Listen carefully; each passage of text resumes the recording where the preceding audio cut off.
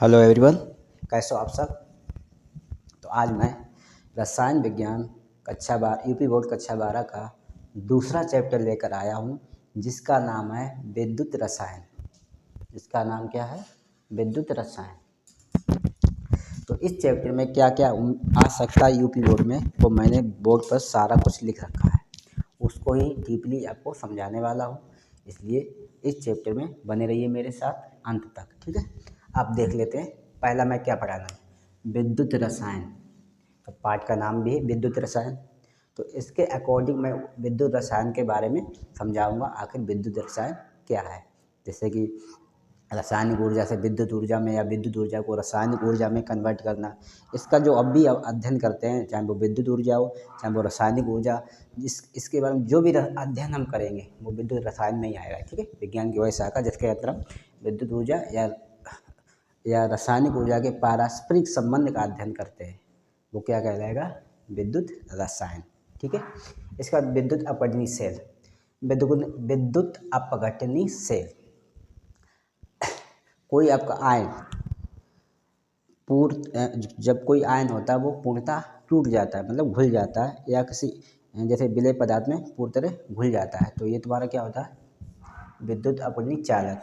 अब जैसे आप उसके एलसीएल नमक की बात करें, तो नमक जैसे कि अब कभी कभी बिजली बनाने का प्रयास किए होंगे आप लोग, तो वहाँ नमक का पानी डालते होगे, या नमक घुल जाता है उसका पानी डालते, तो वो धीरे धीरे विद्युत, ये काय का चालन करता है? विद्युत अपघटनी का चालक होता है, और एक विद्युत को बढ़ाने का काम करता है। ठीक है, इसको हम डीपली समझाऊंगा कि आखिर ये क्या है।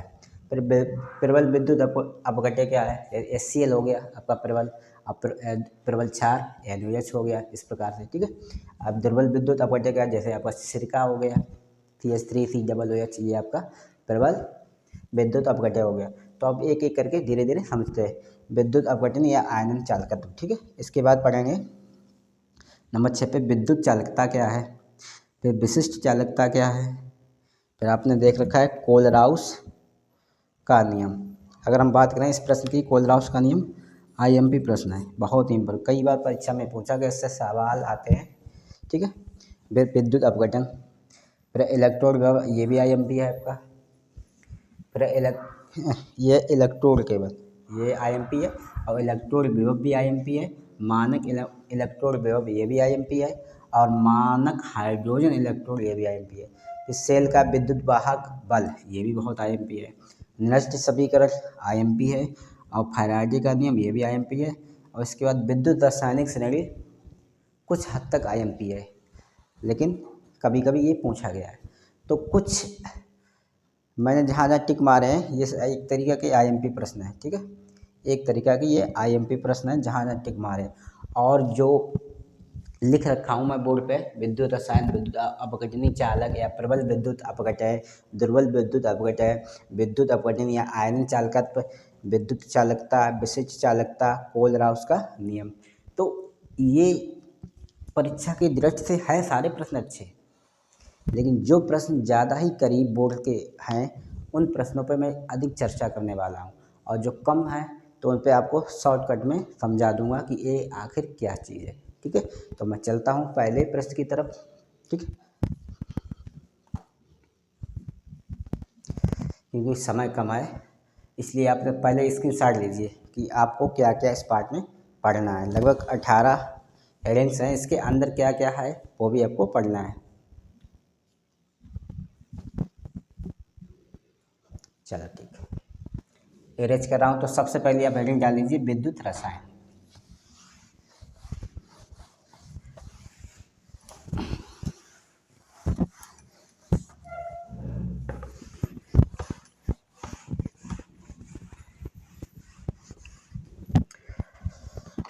तो सबने हेडिंग डाली है विद्युत रसायन। चलते हैं अब स्पीड पे। हेडिंग क्या पढ़ी है? पहली विद्युत रसायन। दूसरे चैप्टर की पहली हेडिंग विद्युत रसायन। तो इसमें देखो, रसायन विज्ञान की वह शाखा, रसायन विज्ञान की वह शाखा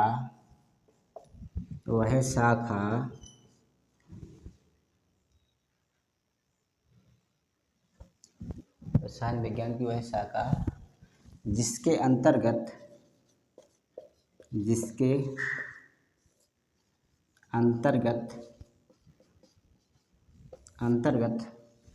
रासायनिक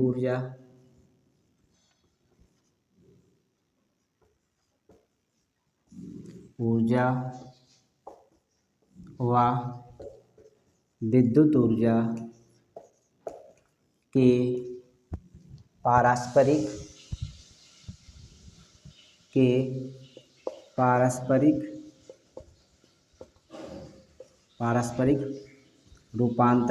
रूपांतरण का अध्ययन किया जाता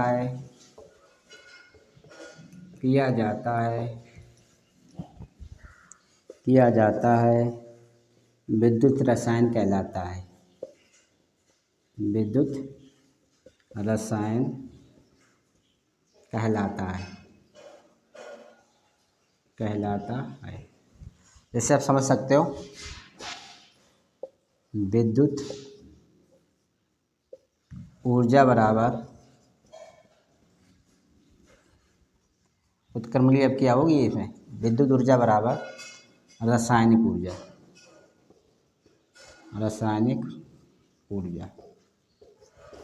आप समझ लेते हैं इसको। पहले परिभाषा एक बार हम रिपीट कर रहा हूँ।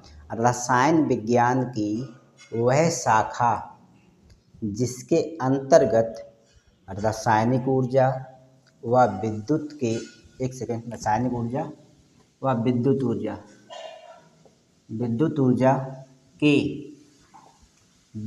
ऊर्जा के पारस्परिक रूपांतरण, एक दूसरे में परिवर्तन, पारस्परिक रूपांतरण का अध्ययन किया जाता है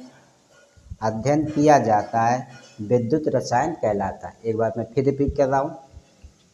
रसायन विज्ञान की वह शाखा जिसके अंतर्गत रासायनिक ऊर्जा व विद्युत ऊर्जा के पारस्परिक रूपांतरण का अध्ययन किया जाता है विद्युत रसायन कहलाता है। तो विद्युत ऊर्जा उत्क्रमणीय क्रिया रासायनिक ऊर्जा, मतलब ये विद्युत ऊर्जा रासायनिक ऊर्जा में बदलेगी और रासायनिक ऊर्जा को विद्युत ऊर्जा में बदला जा सकता है। ठीक है, अब देखेंगे इसमें क्या कहा गया कि इसमें हम उस चीज़ का अध्ययन करेंगे जो विद्युत ऊर्जा से रासायनिक ऊर्जा में कन्वर्ट होना और रसायन को विद्युत ऊर्जा में कन्वर्ट करना, ये इसमें हम विद्युत रसायन में अध्ययन करने वाले हैं। ठीक है, इस प्रकार से आपने परिभाषा लिख लिए, सभी बच्चे स्क्रीनशॉट ले लें।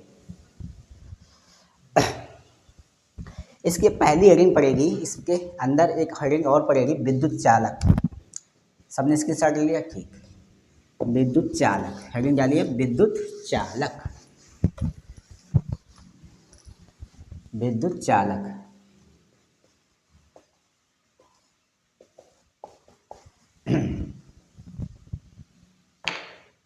देखो विद्युत चालक क्या होता, एक तरीके का हम विद्युत चालक तो आपने देखो जो लाइंस लगी होती हैं चारों तरफ लट्ठों पर, वो एक विद्युत चालक का ही काम करती हैं। मतलब हर वो पदार्थ जिसमें विद्युत धारा प्रवाहित की जा सके वो क्या कहलाएंगे, विद्युत चालक। तो लिख सकते हैं आप इस प्रकार से, हर वो पदार्थ जिसमें हम ना लिख के इसे, जिसमें विद्युत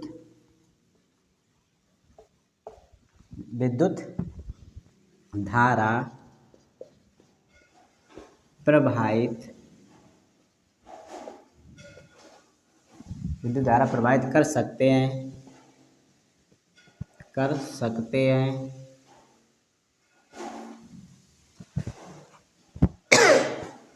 विद्युत चालक कहलाते हैं। ऐसे को वे पदार्थ हर वो पदार्थ जिसमें विद्युत धारा प्रवाहित की जा सकती है, विद्युत धारा प्रवाहित की जा सकती है। तो वे पदार्थ विद्युत चालक कहलाते हैं। तो वे पदार्थ विद्युत चालक कहलाते हैं।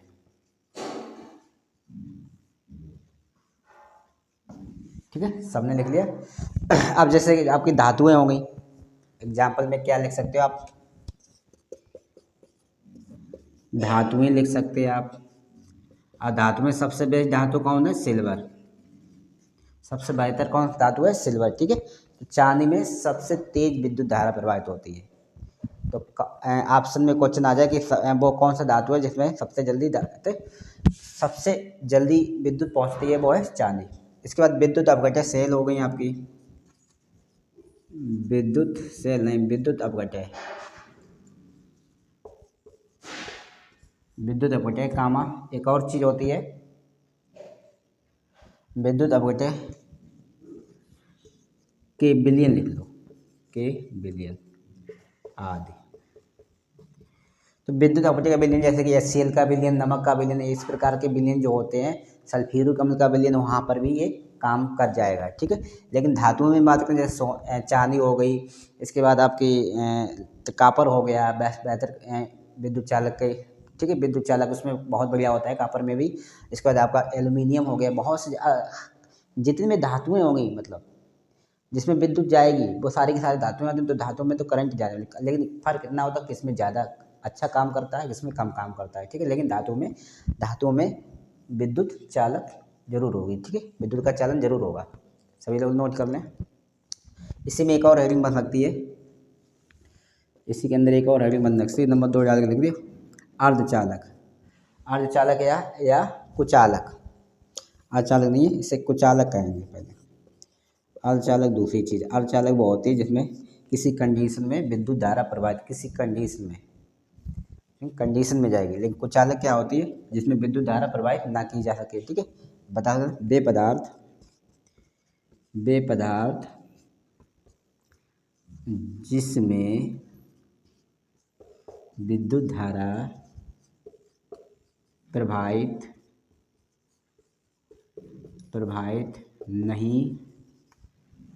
नहीं की जा सकती है,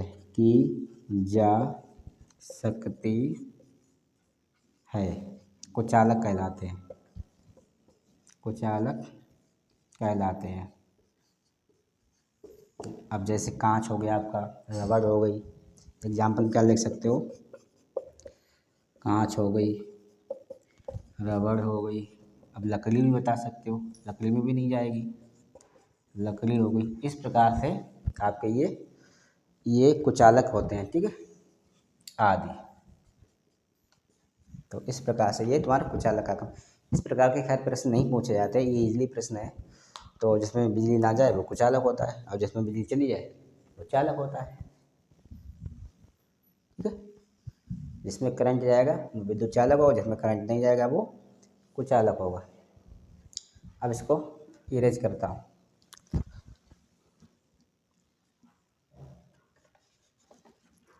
इसके बाद विद्युत चालकों के प्रकार, अगली क्या कर रहा हूँ, विद्युत चालकों के प्रकार में मैं एक धात्विक होता है, धात्विक तो वही हो गया जो धातु हो तो उसमें करंट जाए, विद्युत चालक।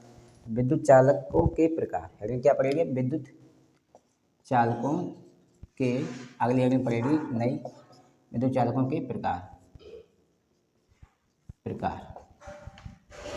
ऐसे इसके दो प्रकार होते हैं, एक तो होता है धात्विक चालक,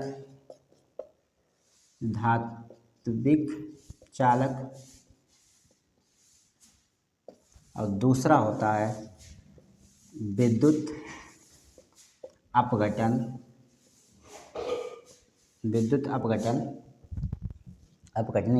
अपघटनी चालक। तो बस हम इसको पढ़ने वाले हैं, इसको ना पढ़ने वाले। धात्विक चालक जैसे आपने अभी बताया था, वे धातु जिसमें करंट जा सके, वो धात्विक चालक, सिल्वर हो गया, कापर हो गया, ये होगी। ठीक है, आयरन हो गया, एल्यूमिनियम हो गया, कॉपर हो गया, गोल्ड हो गया, ये सारे के सारे क्या है, धात्विक चालक हैं। ठीक है, धात्विक चालक अभी जो परिभाषा मैंने विद्युत चालक की लिखवाई थी वही सारी परिभाषा आप इसमें लिख सकते हैं। लेकिन अब हम समझेंगे विद्युत अपघटनी चालक। तो आप सब लोग हेडिंग डाल लीजिए, हेडिंग डाल लीजिए, मैं खुद ही डाल रहा हूँ इसे इरेज करके। अब नई हेडिंग पढ़ने वाली है आपकी विद्युत अपघटनी चालक। ज़्यादा जल्दी तो नहीं कर रहा हूँ, 2 महीने में कोर्स कंप्लीट कराना और रिवीजन भी कराना। 30 दिन में सोच रहे कोर्स कंप्लीट हो जाए और साथ साथ में तुम्हारा रिवीजन भी चलता रहे। तो इसकी परिभाषा लिखिए, वे पदार्थ जो जल में घुलकर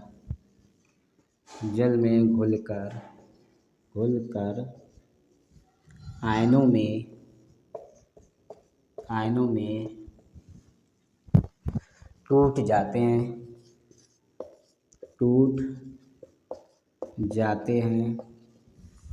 विद्युत अपघटनी चालक कहलाते हैं।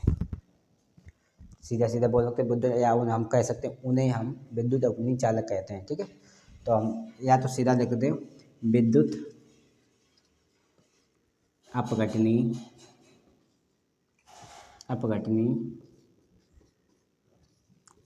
चालक कहलाते हैं।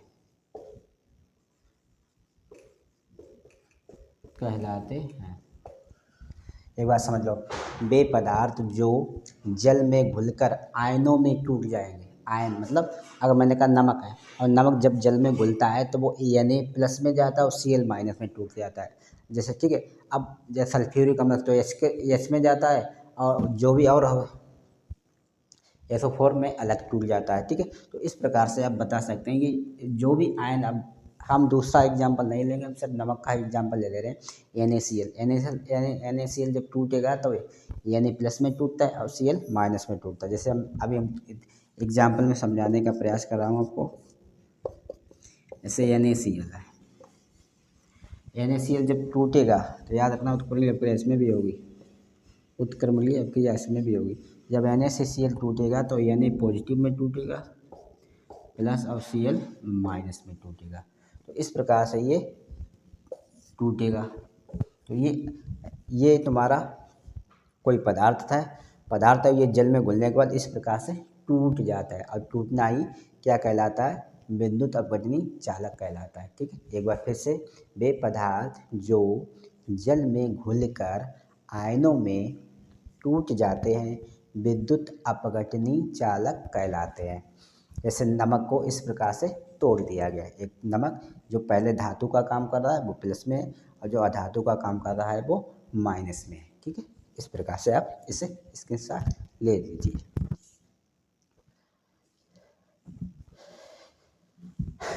चलो जल्दी कर लिया, ओके। अगली हेडिंग, स्क्रीनशॉट जरूर लेते रहना और नोट करते रहना, क्योंकि यहीं से प्रश्न में आएगा। आज मैं तेज़ नहीं बोल पा रहा हूँ क्योंकि थोड़ा थक गया हूँ। तो अगली हेडिंग है आपकी प्रबल विद्युत अपघट है। अगली हेडिंग है आपकी प्रबल विद्युत अपघट है। जल्दी पार्ट ये समाप्त हो जाएगा आपका, बस थोड़ा जो बाद में है उसमें थोड़ा टाइम लगने वाला है। प्रबल विद्युत अपघट है, लिखते ऐसे पदार्थ जो जल में घुलकर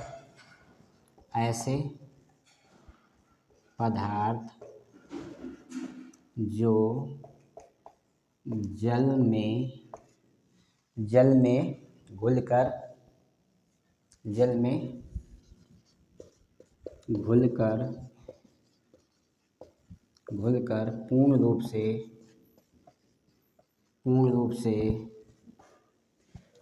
से आयनित हो जाते हैं,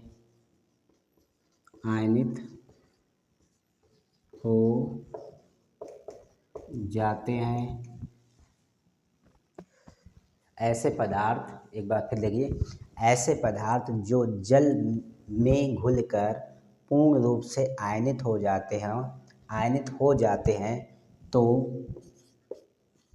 इन्हें हम प्रबल विद्युत अपघटय कहते हैं। अब ये भी 3 प्रकार के हो सकते हैं। अब जैसे प्रबल अम्ल, जैसे आप बता सकते नंबर 1 में हेडिंग में प्रबल अम्ल होगा इसमें। तो प्रबल अम्ल आपका क्या हो सकता है? एक तो HCl हो सकता है, हाइड्रोक्लोरिक अम्ल कहते हैं इसे। एक नाइट्रिक अम्ल हो सकता है, HNO3 कहते हैं जिसे, ठीक है। और एक सल्फ्यूरिक अम्ल भी होता है प्रबल में, लेकिन सबसे बेस्ट आप HCl को बताएंगे। तो प्रबल अम्ल में क्या होता है? HCl सबसे बेहतर होता है। एक ही एग्जाम्पल दे देंगे या 2 दे देंगे, बहुत है, ठीक है। दूसरा आप बता सकते हैं इसमें प्रबल क्षार भी होता है, प्रबल क्षार। तो प्रबल क्षार में आप NaH को जरूर ले लें, NaOH, ठीक है। ये सबसे बेहतर होता है। और KOH भी होता है, पोटेशियम हाइड्रोक्साइड। इसका नाम होता है सोडियम हाइड्रोक्साइड, इसका नाम होता है पोटेशियम हाइड्रोक्साइड। इसके बाद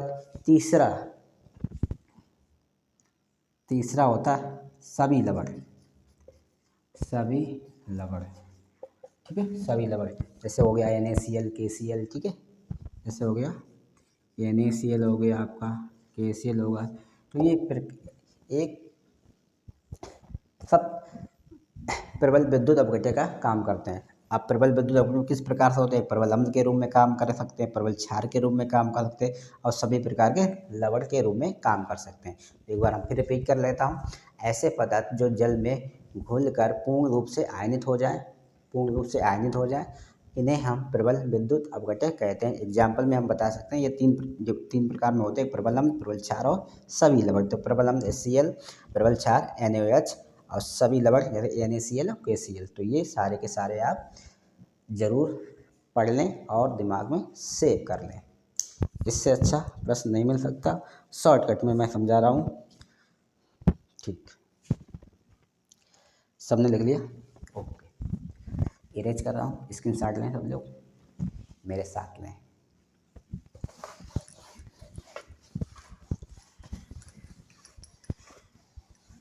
इसके बाद दुर्बल, अगली हेडिंग क्या है? दुर्बल। एक बार हम बोर्ड चेक कर लेता हूँ साफ दिखाई दे रहा है या नहीं, क्योंकि मैं ही कैमरा मैन हूँ। ठीक है, दिख तो साफ रहा है। ठीक। दुर्बल विद्युत अपघटय। अब तो इसकी परिभाषा में पति ऐसे बे विद्युत अपघटय क्या लिखना है इसमें? बे पदार्थ भी बोल सकते हैं और विद्युत अपघटय भी बोल सकते हैं, ठीक है। बे विद्युत अपघटय जो जल में घुलकर जो जल में घुलकर पूर्ण रूप से आयनित नहीं होते हैं। पूर्ण रूप से घुलते नहीं, सीधे बता दिया आयनित नहीं होते, ठीक। आयनित नहीं होते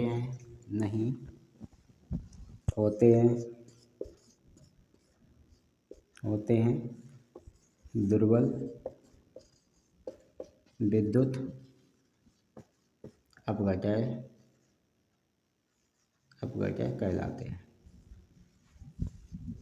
लेकिन देखो सभी लवण तो कहलाते हैं। अब सभी प्रकार लवण तो उसमें चले गए, तो उसमें भी इसके अब 2 एग्जाम्पल बचेंगे। एक तो दुर्बल अम्ल होगा और एक दुर्बल क्षार होगा, ठीक है। तो दुर्बल अम्ल लिख लेते हैं हम लोग। दुर्बल अम्ल जैसे एग्जाम्पल लिख सकते हो, दुर्बल अम्ल नंबर 1 डालेंगे दुर्बल अम्ल। कई बार हमने बताया दुर्बल अम्ल के बारे में, आपका सिरका होता है CH3COO, इसको क्या कहते हैं? सिरका, जो जिसमें आप लोग अचार बनाते हो, ठीक है। और उसका दुर्बल क्षार, अगर दुर्बल क्षार की बात करें, क्षार तो हो जाएगा अमोनियम क्लोराइड, तो ANH4OH, अमोनियम हाइड्रोक्साइड, क्लोराइड नहीं हाइड्रोक्साइड होगा। ये आपका एसिटिक अम्ल है, ये आपका अमोनियम हाइड्रोक्साइड। तो इस प्रकार से आप प्रबल और दुर्बल को समझ लिए। और हाँ, प्रबल और दुर्बल इसमें आप IMP जरूर कर लें, क्योंकि ये प्रश्न बोर्ड में कई बार रिपीट हो चुका है, इसलिए इसे IMP कर लें और इसे अच्छे से समझ लें, कोई ज़्यादा कठिन नहीं है। और हाँ, मैंने भी देखा था इस चैप्टर से, एक बात बताना, इस चैप्टर से 8 से 10 नंबर का आने वाला है। इस अकेले चैप्टर से कम 8 नंबर का तो आएगा। ठीक है, तो इस चैप्टर को ध्यान से पढ़ लें।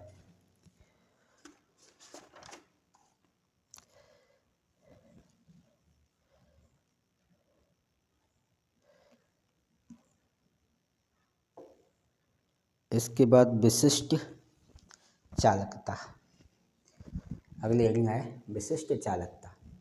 इसको इरेज कर रहा हूँ, ठीक है, स्क्रीन साइड लेने जल्दी थे। अगली हेडिंग है आपकी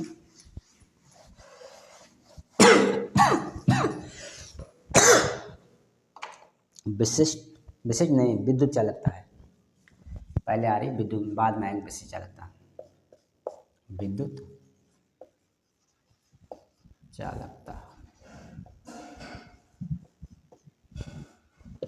अगली हेडिंग आपकी विद्युत चालकता। तो इसमें क्या लिखना है आपको, बहुत ही आसान इसका आंसर है प्रतिरोध के व्युत्क्रम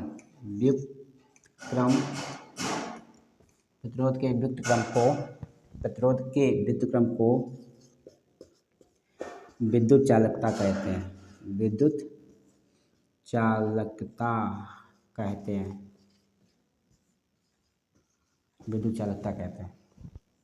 तो बता सकते हो आप, विद्युत चालकता बराबर होता है आपका सूत्र। तो चालकता बराबर आप लिख सकते हैं सूत्र 1/प्रतिरोध। हिंदी में ही सूत्र बनाएं, कतई कंफ्यूजन ना हो। प्रतिरोध सूत्र क्या होता है, 1/प्रतिरोध, या चालकता को हम C से बता सकते हो 1/R, तो R भी हम लिख सकते हैं। ठीक है, जल्दी से मात्रक वगैरह अगर पूछा जाए, आपसे पूछा जाए तो इसका मात्रक होता है ओम इनवर्स। मात्रक भी लिख लीजिए, इसका मात्रक होता है ओम इनवर्स। जब -1 घात चली होती तो उसे इनवर्स बोला जाता है। इसका मात्रक क्या होता है, ओम इनवर्स। मात्रक जरूर याद रखना, क्योंकि अगर प्रश्न आएगा तो मात्रक जरूर लिखना पड़ेगा आपको। ठीक है, जल्दी स्क्रीनशॉट लें। क्या है, प्रतिरोध के व्युत्क्रम को विद्युत चालकता कहते हैं।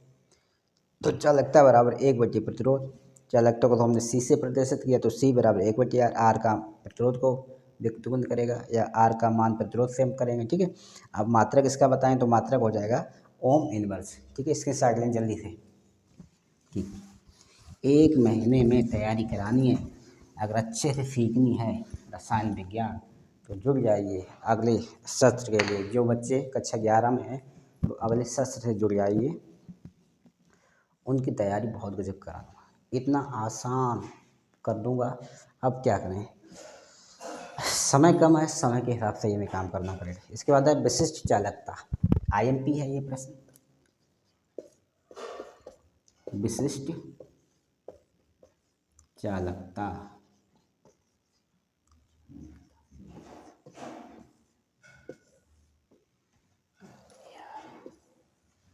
ठीक है, देखो किसी चालक के विशिष्ट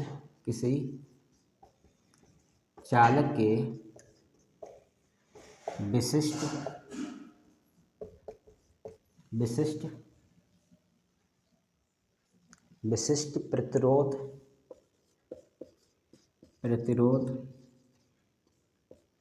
के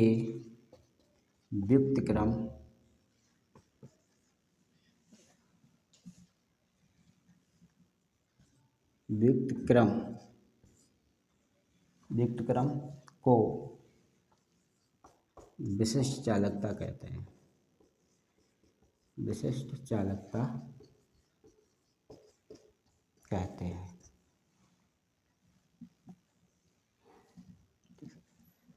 इसे कप्पा से प्रदर्शित करते हैं। इसे किससे करेंगे, इससे कप्पा का निशान इस प्रकार से होता है, लिख भी सकते हो कप्पा से प्रदर्शित करते हैं। ठीक, तो क्या परिभाषा है, किसी चालक विशिष्ट प्रतिरोध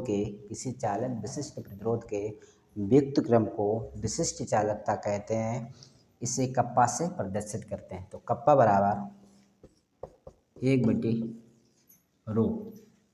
ठीक है, 1/ρ, या सीधा सीधा बता सकते हो कप्पा बराबर 1 विशिष्ट प्रतिरोध, हिंदी बेहतर रहेगी, विशिष्ट प्रतिरोध, हिंदी से काम चलाओ, ज़्यादा बेहतर है। इसका मात्रक लिख लो, इसका मात्रक आप होता है ओम इनवर्स, इसका मात्रक आप लिख लो ohm inverse into centimetre inverse. एक और भी लिख सकते हो ए आकर के siemens inverse, siemens centimetre, siemens centimetre inverse, ये भी मात्रक से बता सकते हो।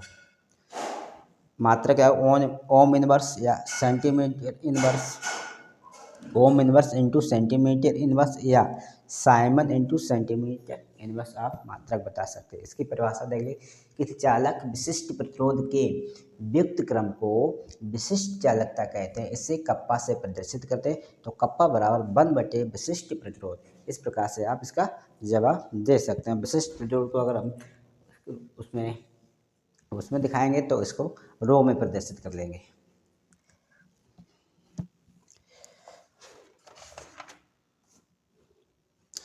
इसके बाद अगला प्रश्न है, कहाँ गया प्रश्न, अगला प्रश्न जो बढ़िया हो यूपी बोर्ड में आ जाए। इसके बाद हमने अगला प्रश्न लिखवाया था कोलराउस नियम, कोलराउस का नियम। चलो हम इसको इरेज कर रहा हूँ।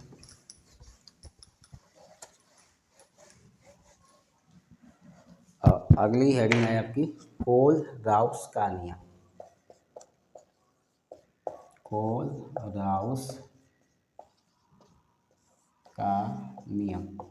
सभी बच्चे कल की क्लास में ज़रूर बने रहें, क्योंकि कल की क्लास में मैं ये नियम कंप्लीट कराने वाला हूँ। ये नियम कम से कम मुझे पता है 15 मिनट अकेले ले जाएगा। अगर मैं पूरी साल अगर स्टार्ट से पढ़ा रहा होता, अगर हमारे पास समय होता पूरा 8-7 महीने होता, तो यही टॉपिक 1 घंटा ले लेता, लेकिन मैं इसे कल 15 मिनट में समाप्त कर दूँगा। और हर क्लास को पूरी क्लास देखिए, सब्सक्राइब भी करिए, लाइक भी करिए और ज़्यादा से ज़्यादा शेयर कीजिए। जो बच्चे बेचारे कमज़ोर हैं, हार चुके हैं कि मेरे को रसायन विज्ञान नहीं समझ में आ रही है, तो उनके पास ज़रूर शेयर कर दीजिए, जिससे कि वो भी सीख लें और अपने आप को यूपी बोर्ड में अच्छे नंबर से पास कर पाएँ। ठीक है, आज के लिए इतने, ज़्यादा लंबी वीडियो बनाता हूँ तो अपलोड करने में बहुत दिक्कत होती है, क्योंकि यहाँ ना तो वाईफाई है, ना ही कोई अच्छी नेटवर्क है। ठीक है, मिलते हैं कल फिर। जय हिंद, जय भारत। कल की क्लास में सभी लोग जल्दी आइए।